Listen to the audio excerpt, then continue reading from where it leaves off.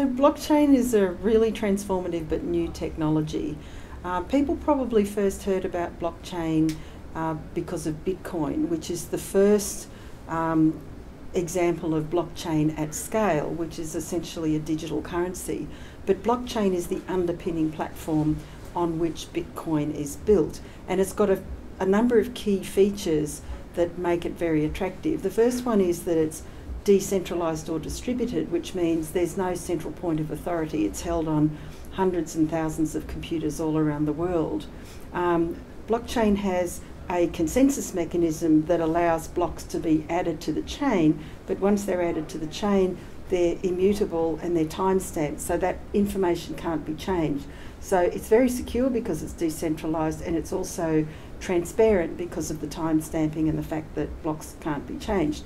So the early applications of blockchain and where it moved fastest and where people heard about it was with the cryptocurrencies and also fintech financial services.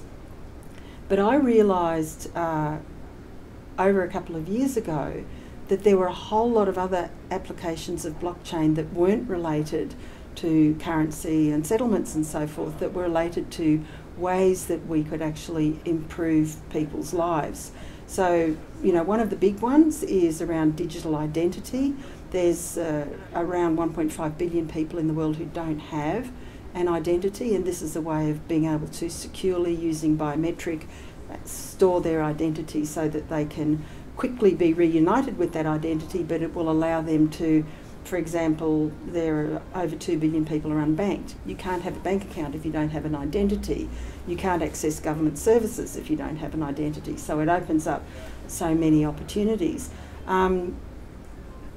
Green energy, the distribution of power, microgrid trading of solar energy is going to be something that will change the lives of poor villagers in a lot of developing countries in Asia and Africa, because what can be done now is, using only a small solar power cell, people are able to sell small amounts of solar energy to other people in the village to charge a phone, because we naturally think of having electricity, but a lot of people in the world don't.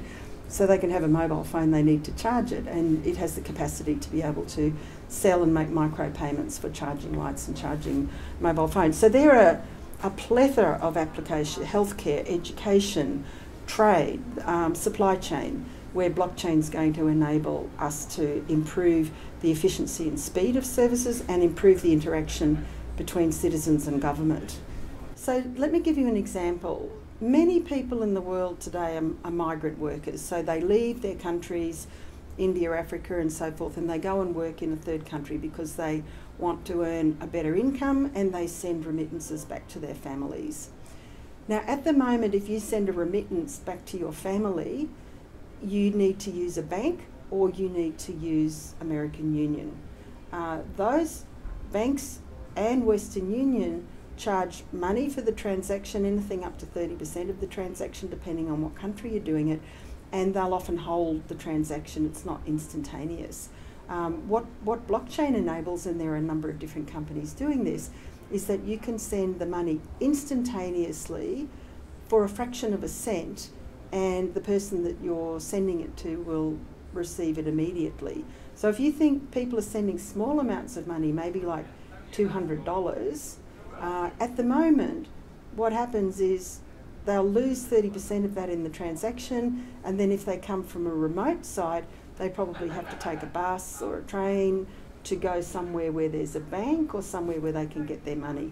This allows the direct transfer of the money to people in remote areas without that having to happen for a very negligible fee. So that's going to put money back into the economy, it's going to put money in people's pockets, it's going to get money to people quicker. So that's an example. You need to have a merchant or a converter at the other end. So what a lot of people are doing is finding someone in the village who already has a store or a pharmacy or something where they're already trading and receiving cash, and then they make an arrangement with them to be the converter of the digital either into what's called fiat currency, which is what we normally call cash, or into store products. Because one of the things that's possible is, for example, a government might want to send poor farmers subsidies to buy agricultural fertiliser or something like that.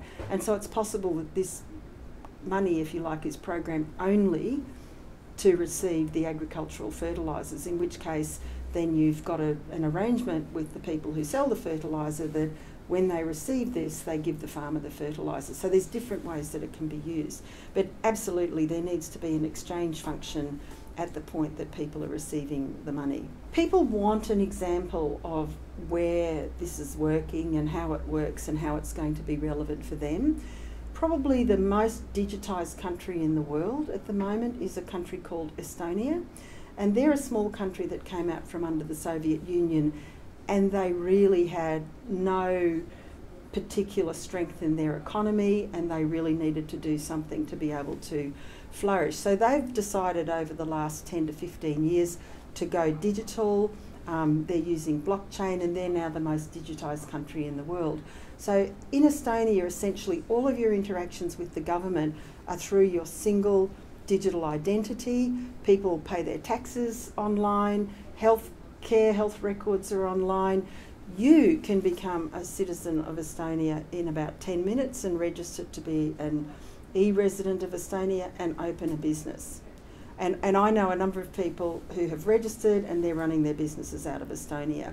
So there are countries that have already moved far and fast, but what you'll find is a lot of them are either smaller countries or countries that have a lot of difficulties because they're much more pressed to solve their problems.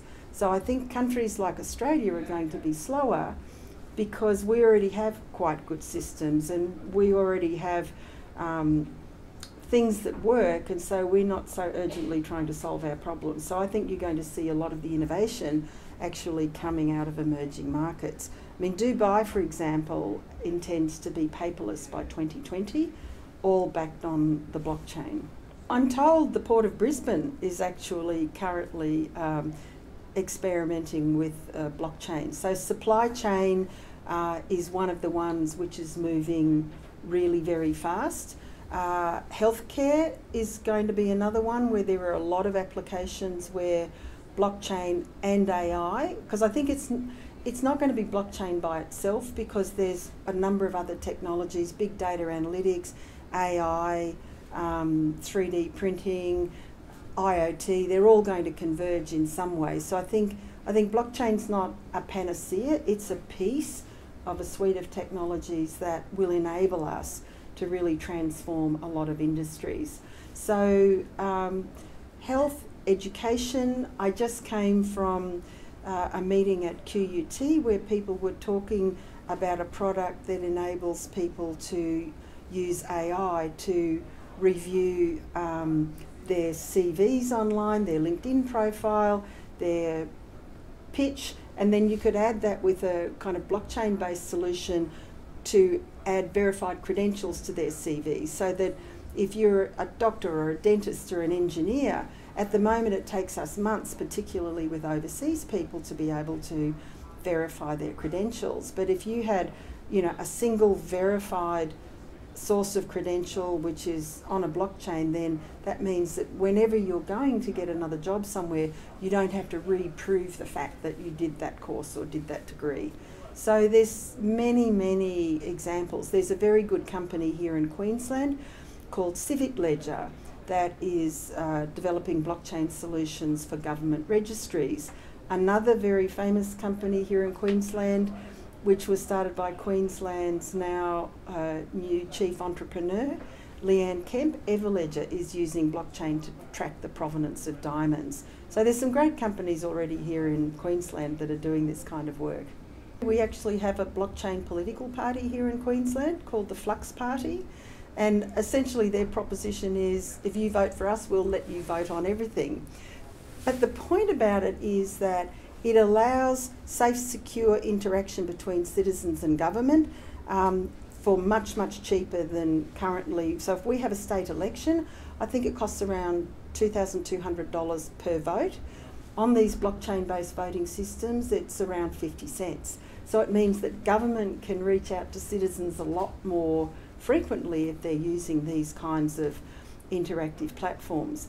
But the other reason why it's going to change things, and I think this is something that we all need to be thinking about is technology can be global, technology companies can be global, and so that brings into question the future of what we know as governments, and how issues that are global commons issues are going to be solved in the future. I don't think we yet have the architecture of governance for the new kind of digital economy. So I think there's going to be challenges as we work through that, because you're not going to be able to legislate in one country for a technology that's ubiquitous. I think also what we're going to see is that local governments, city governments are going to become more important to citizens, because people still need to live and work in a community and they still need services. So I think it is going to change the way that we interact with the state. The first one is that we interact more, but I think the second one is that it's going to be the government where we live. And don't forget that 70% of the world's populations will live in cities by 2030. So city government's going to be a lot more important.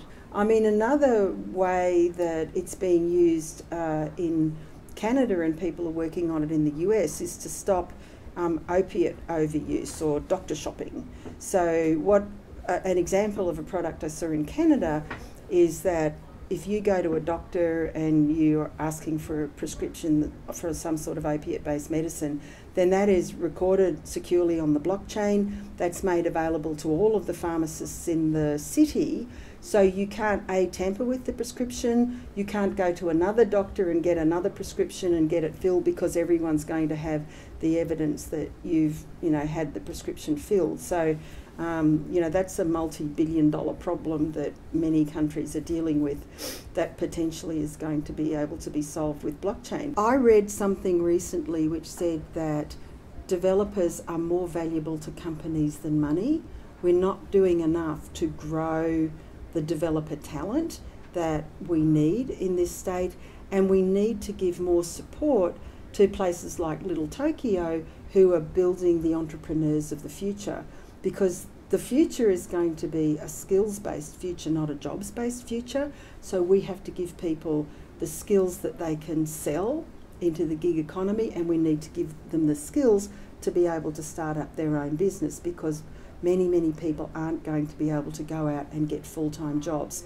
A lot of it's going to be, essentially piecework sold on the basis of a set of skills that you have. So I think we need to do a lot more to grow that community very rapidly in Queensland, but starting with primary schools, so that coding is, along with reading, writing and arithmetic, you just learn coding. It's a language that every kid needs to be able to speak for the digital future.